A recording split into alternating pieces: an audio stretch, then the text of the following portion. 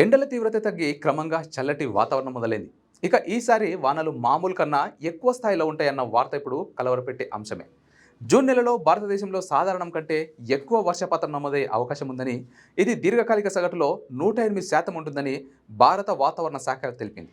ఇది 16 సంవత్సరాలలో తొలిసారని వెల్లడించింది. ఈసారి రుతుపవనాల కోర్ జోన్లో మధ్యప్రదేశ్, ఛత్తీస్గఢ్, మహారాష్ట్ర, ఒడిశా పరిసర ప్రాంతాలున్నాయి.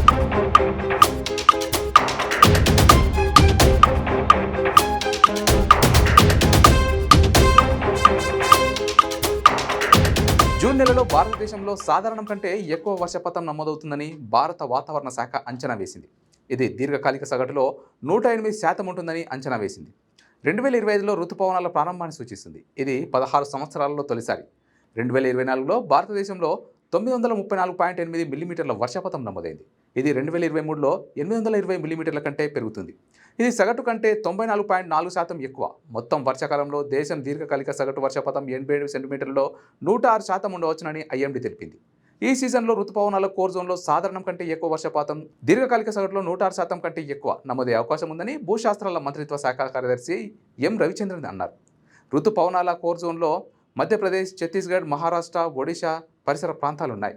ఈ ప్రాంతం నైరుతి రుతుపవనాల సమయంలో ఎక్కువ వర్షపాతం నమోదు కానుంది. వ్యవసాయం దానిపై ఎక్కువ ఆధారపడి ఉంటుంది. వాయువ్య భారతదేశంలో సాధారణ వర్షపాతం నమోదవుతుందని, ఈశాన్యంలో సాధారణం కంటే తక్కువ వర్షపాతం నమోదయ్యే అవకాశం ఉందని తెలిపింది.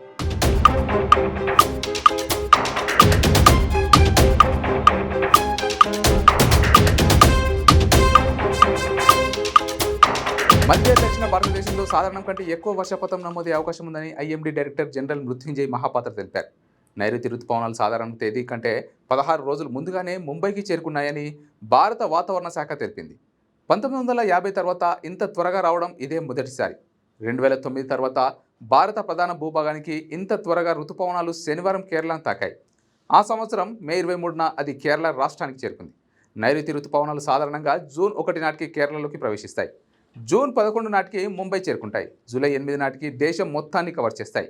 ఇది సెప్టెంబర్ 17 నాటికి వాయువ్య భారతదేశం నుండి తిరోగమనం ప్రారంభించి అక్టోబర్ 15 నాటికి పూర్తిగా తిరిగి వస్తుంది. నైరుతి రుతుపవనాలు భారతదేశానికి చాలా ప్రత్యేకమైనవి కావడానికి మొదటి కారణం ఏమిటంటే, జూన్ నుండి సెప్టెంబర్ వరకు కురిసే ఈ రుతుపవనాల వర్ష దేశంలోని వార్షిక వర్షపాతంలో 70% ఉంటుంది. దీని అర్థం దేశ నీటి అవసరాలు ఎక్కువగా ఈ వర్షం ద్వారానే తీరుతాయి. భారతదేశంలోని వ్యవసాయ భూమిలో 60% నీటిపారుదల కోసం రుతుపవనాలపై ఆధారపడి ఉంటుంది.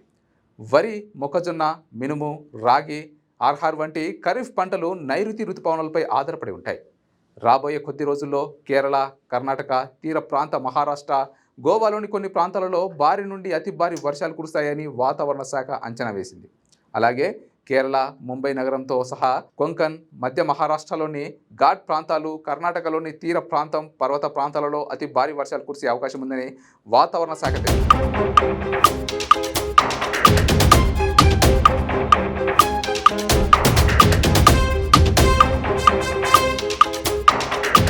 ఇదిలా ఉంటే రుతుపవనాల అకాల రాక కేరళ, మహారాష్ట్రలో భారీ విధ్వంసానికి కారణమైంది. ముంబైలో భారీ వర్షాలు కురుస్తున్నాయి. వర్షాల కారణంగా జనజీవనం స్తంభించిపోయింది.